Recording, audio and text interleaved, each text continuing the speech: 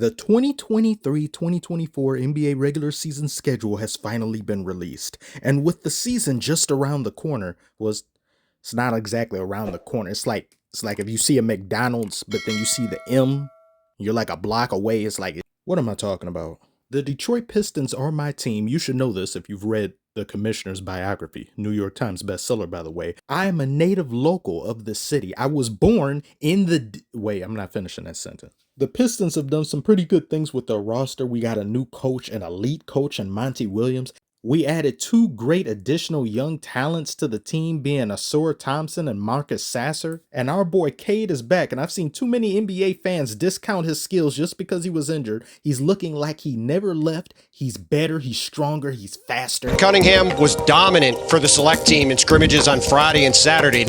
I added that there just to back up what I'm saying, because I know y'all probably like, oh, he's hyping up, boosting up Detroit. They ain't gonna be good. No, you heard that man. He said he was dominant. Long story short, I'm very excited for this upcoming season, not just for the season itself, but for my Pistons to see us grow, to see us improve. The lot of you will bear witness to the restoration of Detroit basketball. Now let's take a look at that schedule.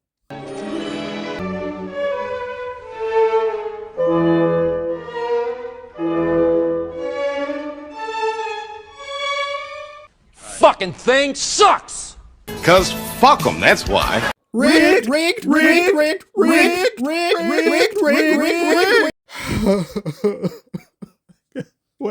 Why? They don't want us to win. They don't want us to be great. With the 5th pick in the 2023 NBA Draft, the Detroit Pistons select. That man Silver can't even say our name right. He didn't mess up on anybody else's name except ours. Whatever. I'm digging too deep into this. Why is the schedule bad? Some of you who may be watching, you may be looking at your schedules of your respective teams or your favorite teams to be like, oh, ours is just as bad. No, it's not. No, it's not. Let me tell you why. Us only having 2 televised games, I'm not in disapproval of exactly. We were the worst team last year. Though one would think with your smaller market teams, you'd want to televise them a bit more so casuals can become ingratiated with the players. They can get to know the players and not just have it be their home team and their home city knowing about them.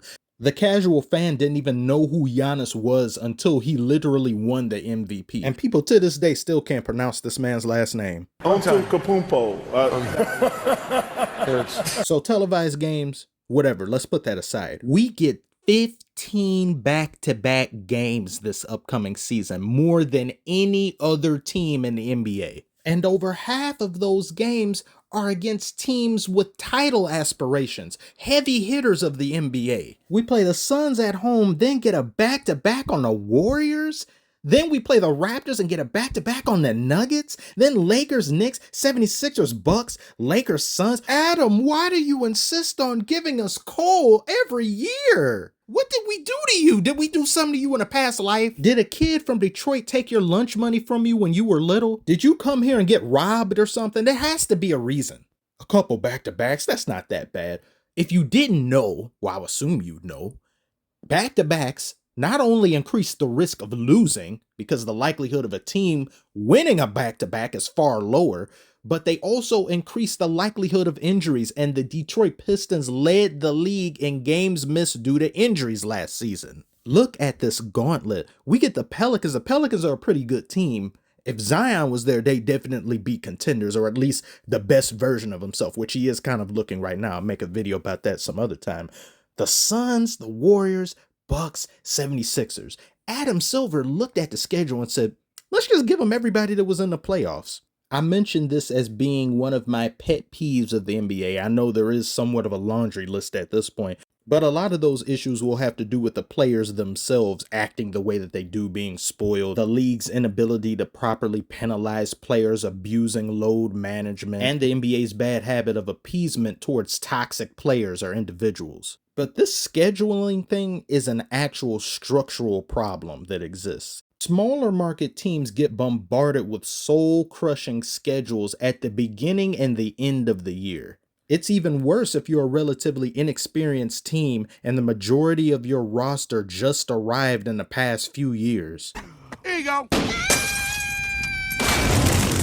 I remember in the 2021-2022 season, the Lakers had a somewhat harder schedule towards the back half. And since they were sub 500, they were struggling against even, don't do them like that. Oh, no. It's rewind time. Playing like the Renters do. Look at, floater. Damn, what was I talking about? Oh yeah. Lakers were struggling against even mid to low level teams, so when it came to them facing title contenders, they were just going to get blown out or lose the game. But that was because Adam Silver and those, what is up with these highlights? Yeah, this Summer League was amazing. But Adam Silver and those who were in charge of making the schedule assumed that by giving the Lakers an easier schedule in the beginning of the year, since that was the beginning of the Westbrook trade, they would have had enough momentum early to stack wins, so when things started to get somewhat chippy towards the back half, it doesn't matter. We could lose maybe like 8-10 games, but we're so far ahead of the rest of the pack that it won't even do anything to us but maybe bring us down one seed or two, not expecting that entire team would implode and fail miserably. But you see what I'm talking about here? This is the entertainment aspect of sports that they don't want you to really talk about or discuss amongst your friends or be privy to. We give the teams that we want to definitely make it to the playoffs because of money lighter schedules at select periods in time that we decide to ensure their success, so that the favorites that the media particularly wants get to the playoffs and everybody has a happy ending. Oh, competitive and stuff. These are the same people that wanted desperately a Lakers and Celtics matchup in the finals. But Jimmy Butler and Jokic said, no, I don't think we will. And I do get some of the lower seeded teams will do a little bit more of the heavy lifting because you're just not generating enough interest. Nobody's really paying attention to you that much, but you don't give these smaller market teams the chance to impress other people. You don't market or shop them the same way that you do these tired, overblown big market teams. The Knicks have about 20 something games, 25, 26 games. It's not like the Knicks are a bad team, but nobody's thinking about the Knicks in terms of deep playoff run, title contenders. But just because they're the Knicks, they get all that TV time. They get a somewhat lighter schedule at select periods. Same as with the Celtics, with the Lakers. So then you start questioning the merits of competition. And are your records pertaining to the finals and your play really legit? If you're not facing the same teams that some of the lower seeded ones are facing night after night. So then when the end of the season comes or it's around the corner, most of the stars just rest and don't even play these games because, I'm afraid that I may get injured, so I have to play them. Meanwhile, teams that may be fighting for a playoff spot are over here getting their asses whooped over and over by the bigger teams that are either mid-size or above, still trying to rack up some wins. I just don't like it. I don't like the process that they do this. It should be more equal and balanced throughout. If you're going to get injured or something, that's just the name of the game. But when you're giving teams, select teams, better odds to getting into the playoffs, more so than others, better odds to not be as unhealthy as others, that's proverbial hand-holding. At the end of the day, the simplest way to fix this, if you're a smaller market team or a team that no one cares about like the Detroit Pistons, just win more games. Make them care about you. Okay, yeah, I'll just do that somehow. Despite you giving me all the back-to-backs in the world, more so than other teams, despite you giving me harder hitting teams against me during different periods of the year, I have to deal with all of this on top of rebuilding a new team. It's not just me vouching for the Detroit Pistons. It's just for teams in general that are trying to make something of themselves. You're making it even harder for them to do these things, which therein leads them to become injured, to become discontent with the small market that they're in and request a trade or seek asylum elsewhere.